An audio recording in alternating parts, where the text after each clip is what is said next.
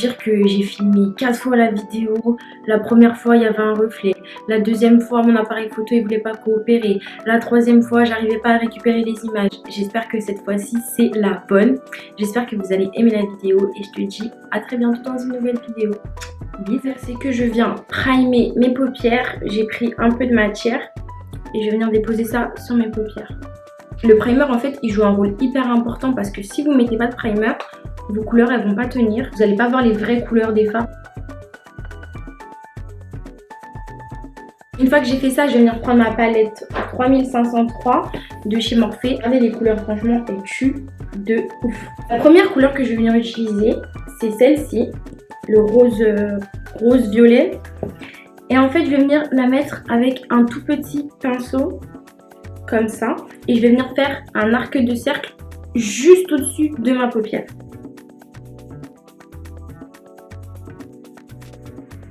Vraiment juste au-dessus, n'allez pas plus haut parce qu'après vous allez avoir du mal à blender toutes les couleurs ensemble.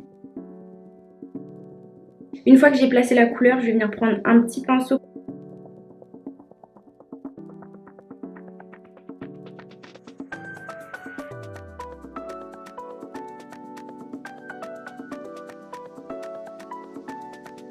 Ce que je viens faire, c'est que je viens répéter à chaque fois ce que je viens de vous montrer jusqu'à obtenir la couleur que je veux. Donc là, je vais venir le refaire une deuxième fois pour voir ce que ça donne.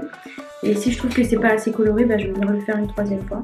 Vaut mieux prendre un petit peu, ne pas être satisfait de la pigmentation et recommencer, rajouter de la couleur, que tout de suite venir prendre beaucoup de produits et mettre sur la paupière parce que vous allez galérer à l'estomper. Je vais venir prendre un petit pinceau comme ça et je vais venir utiliser le orange là.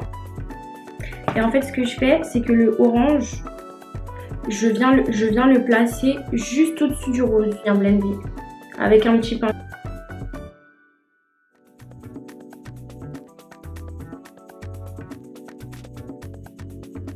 Je viens vraiment blender les deux couleurs. Je prends mon temps.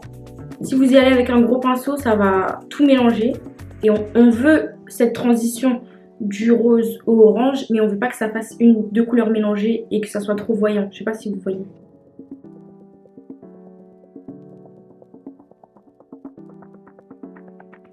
Je viens prendre un plus gros pinceau comme ça et je viens blender les deux couleurs ensemble.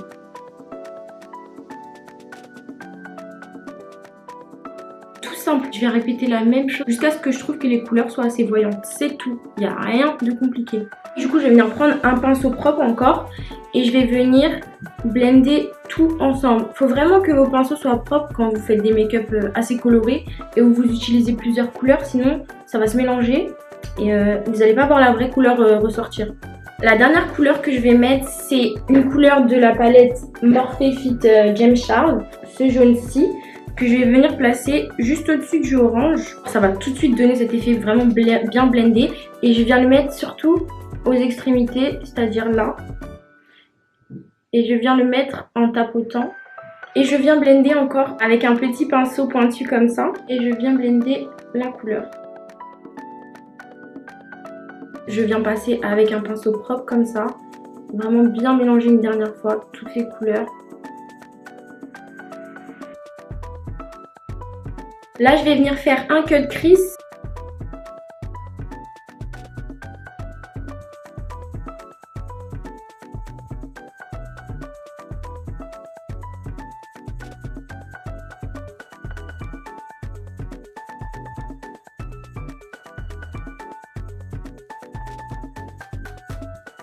Je reviens placer de l'anti-cerne là où j'ai tout enlevé, vous voyez.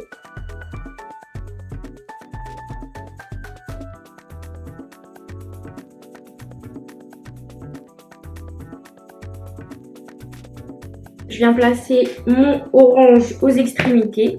Je viens le placer sur les côtés. Et le jaune bien au milieu.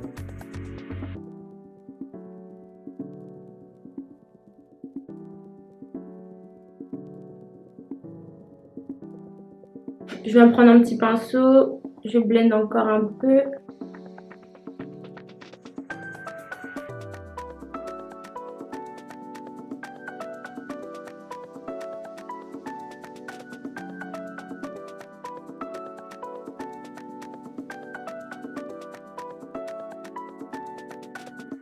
Une fois que j'aurai fini de faire mon teint, je viendrai terminer les yeux. Mais là, je vais mettre mes faux cils. Alors, j'ai mis mes faux cils, ça y est, c'est bon. Donc, je vais venir primer mon visage avec ma base de chez Milk. J'ai déjà hydraté mon visage, etc., etc. Et cette base, elle est trop bien parce qu'elle agrippe trop la matière. Elle est archi bien. Elle est un peu chère. Mais franchement, elle est top.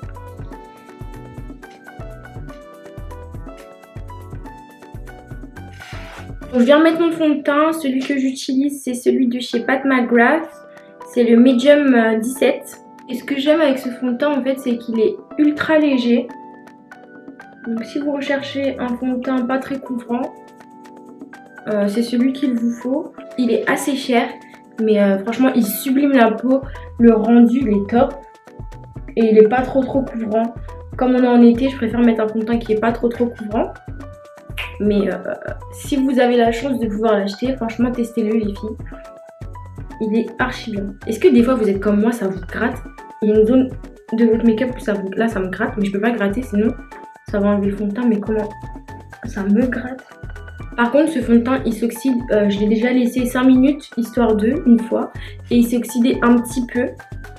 Donc si vous en prenez un qui est un petit peu trop clair, laissez-le poser 5 minutes et il va s'oxyder. Je vais venir mettre mon concealer de la marque de chez Pat McGrath encore. Franchement, j'ai kiffé sa marque. En plus, ses produits sont trop bougie, you know, parce qu'ils sont archi beaux. Là, c'est en vert, vous voyez.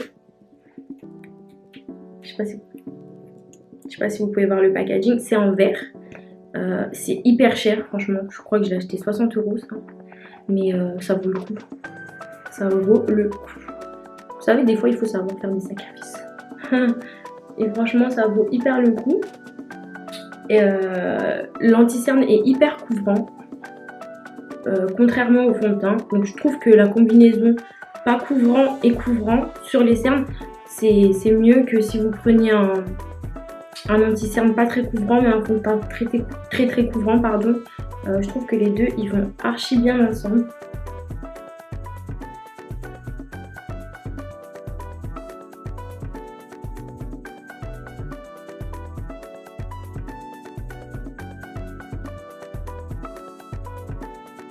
Je sais pas si je fais un contour crème ou pas.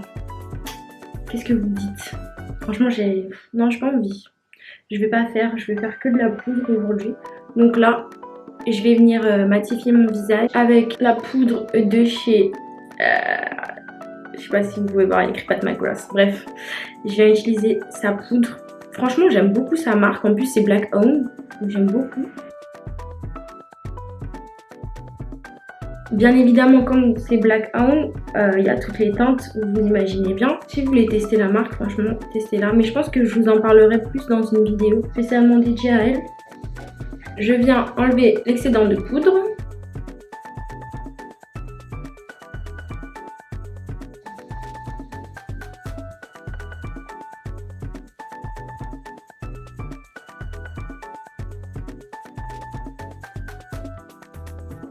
Pour enlever un peu cet aspect poudreux et pour retrouver de la couleur, je viens utiliser cette poudre là de MAC. C'est la Medium Dark. Je viens juste la presser sur mon visage.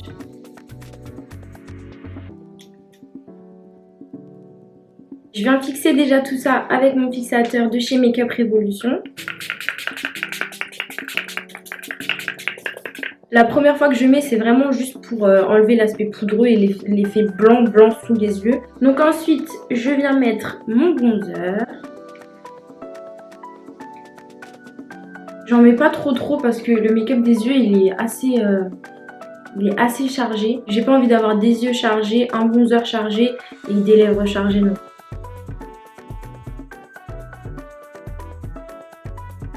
Je vais venir en mettre légèrement sur mon nez.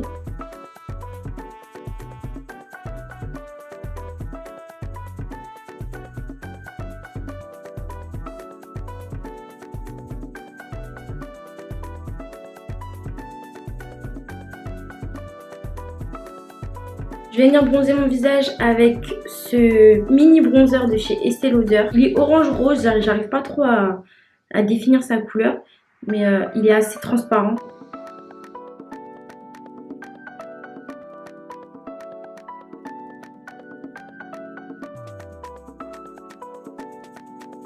Et là en fait on va venir terminer le make-up des yeux. Déjà dans le coin interne des yeux je vais venir mettre un petit peu de lumière.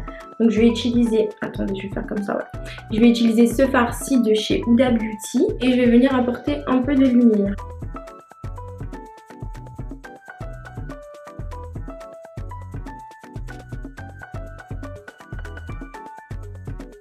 Ensuite, je vais venir prendre un petit pinceau plat comme ça. Et je vais venir utiliser la palette de James Charles.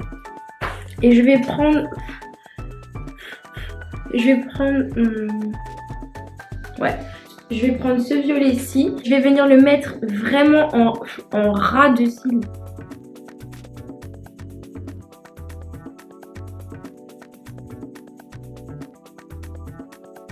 Ensuite, je viens blender avec un tout petit pinceau comme ça.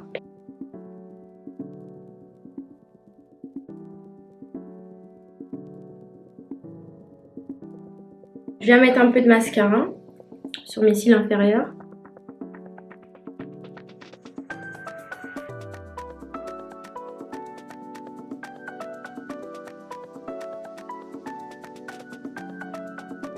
Je vais venir utiliser un rouge à lèvres mat de chez Charlotte Tilbury. Elle est magnifique. Attendez, je me rapproche comme ça, vous voyez bien. La couleur, elle est magnifique.